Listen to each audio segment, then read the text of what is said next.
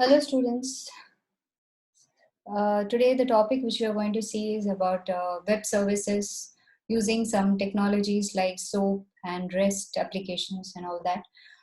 So to start with, let me tell you about two most important terminologies here.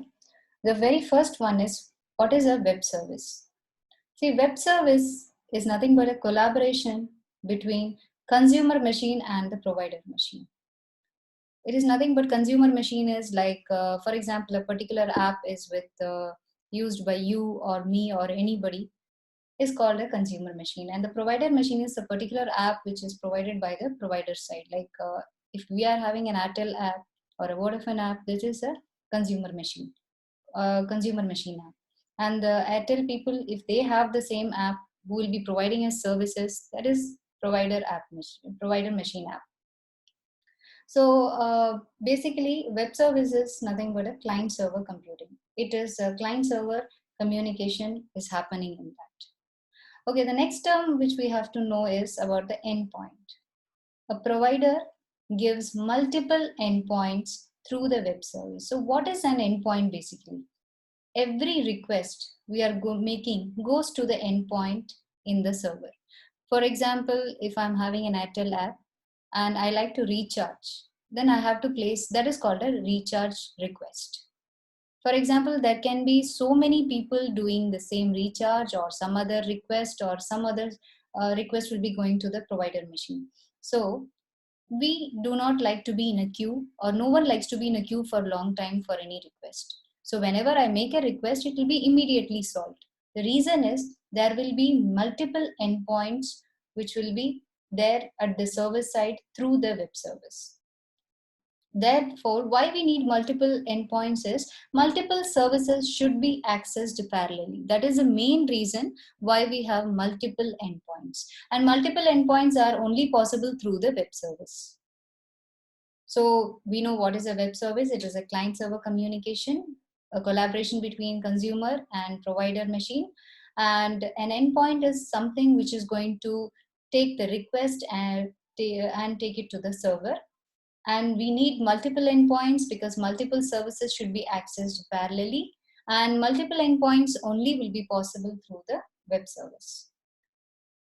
Now, there are certain protocols needed to implement these web service.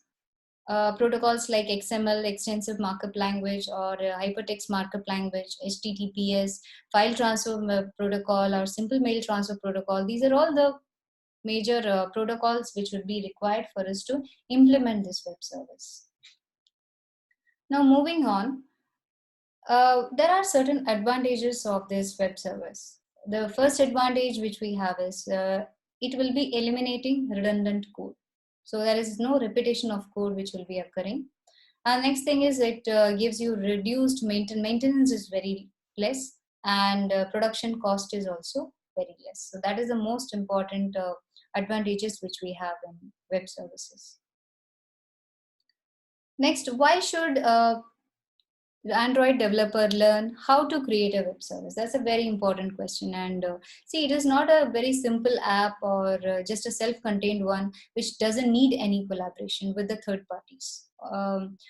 For example, like Scientific Calculator doesn't need any collaboration as such. It's just an application. I just use it, and we don't have to collaborate, or there is no provider, or there is no consumer concept in that. But a clear understanding is needed to create any web service and its endpoints. That is a very important thing. We need web service only for collaboration purpose, where there is a third party collaboration needed, and endpoints are required to accept the requests.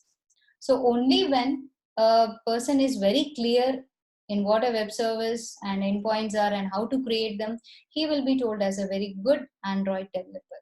So that is the answer for why an Android developer needs to learn to create a web service, because he has to be well versed in that. Only then we can call him a good Android developer. Now moving on to the different layers which are present in the web server.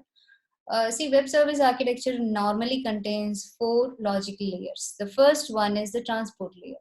See, the messages, generally, I told you it is a collaboration between the consumer and provider. So obviously there will be message which will be transported in the network. So the messages that are transmitted through the network will be taken care by the transport layer. Messaging, this is the second layer. It is the data. Obviously data transportation will be taking place in the network, so the data has to be encoded at the sender side and decoded at the receiver side. So this particular encoding of data, decoding of data will be taken care by the messaging layer, and normally it is happening through the XML language. Description is the third layer. What are the methods required to perform this communication is taken care by the description layer. For this, we use a language called WSDL, which is nothing but Web Services Description Language. It is just like any language like C, Python, C++, C Sharp, and all that. It is same like that. There is a language which is used for communication between the endpoints. So this WSDL actually takes care of what are the methods there to perform the communication, or how the communication actually is performed. Discovery is going to be the last layer. It is giving you the location of you, yourself, your app, and your mobile. So this basically facilitates the location of the user by using UDDI, which is nothing but Universal Description and Discovery Integration. So this is all about the web service architecture. Moving on, we are going to see some client-side consuming web services, some applications like REST, what is RPC, what is SOAP, all of them. Okay, so we start with RPC. RPC is nothing but a remote procedure call. It's nothing but calling a particular procedure remotely. That is the meaning of RPC. For example, you operating your washing machine or a TV from some other place will be a good example for RPC. For example, the washing machine, TV, everything is at home. We try to operate it from college or some other place or some restaurant or anywhere. It is going to be an example for it. The TV subscription, if it is not paid, we like to pay it. We need not pay it from home, or we need not go to the exact office to pay it. We can pay it from anywhere and any device. Same way, mobile recharge from anywhere and any device. These are all the examples of RPC. Next technology is about the REST. REST is nothing but representational state transfer. It is a protocol to make requests to web endpoints by using HTTP and its methods. See, HTTP, in very simple words, I'll tell you, it is nothing but the browser linked with certain methods. That is called as REST. Okay, for example, I'm going to send a mail from Gmail. It has to be either sent through HTTP or HTTPS.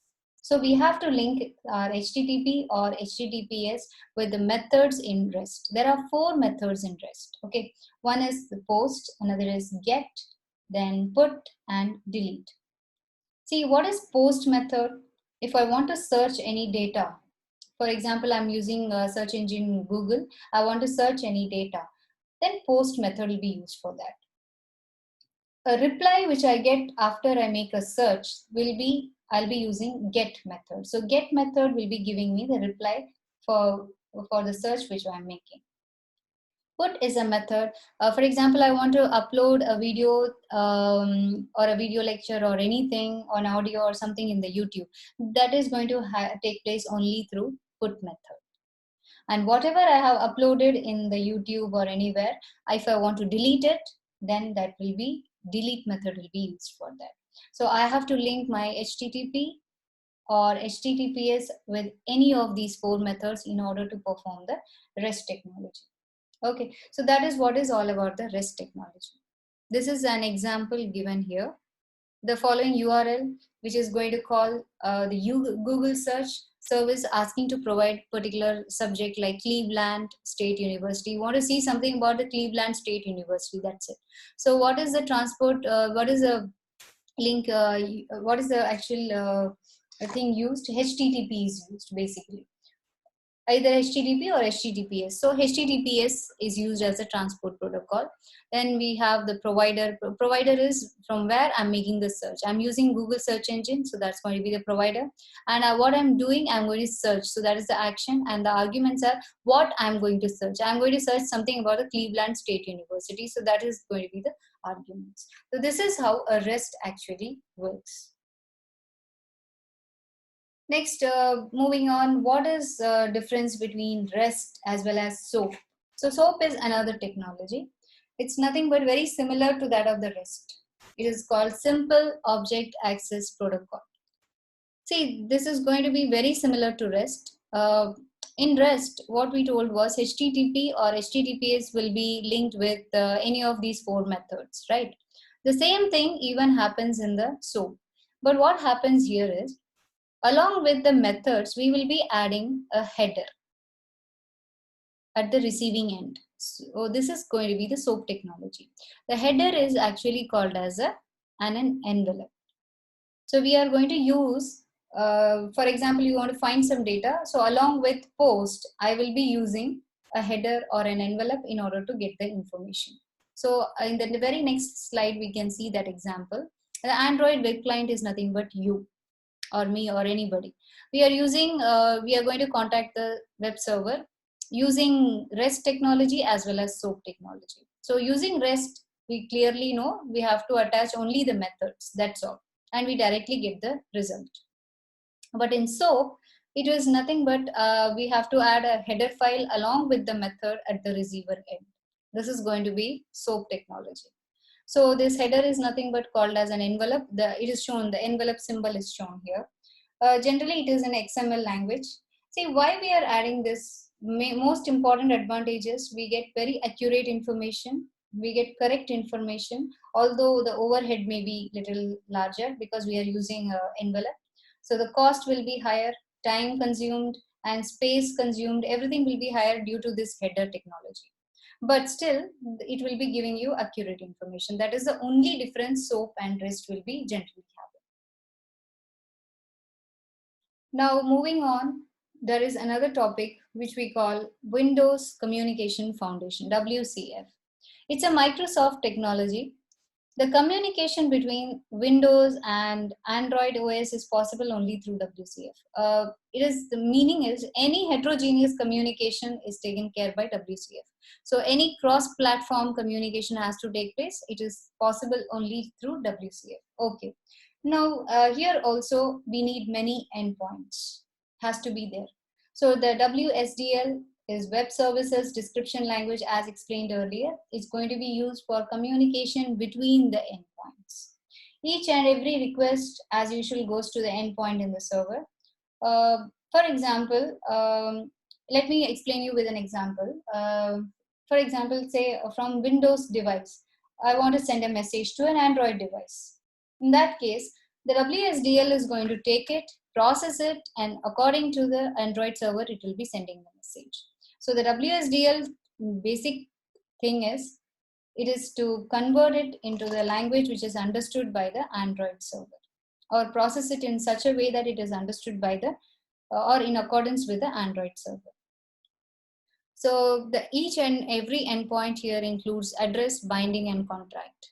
The address means the URL where to send the messages. Binding is how to send the messages, and contract is what is the content of the message. So all these will be explained in the each and every endpoint. Certain examples are given for them. You can just go through all of them.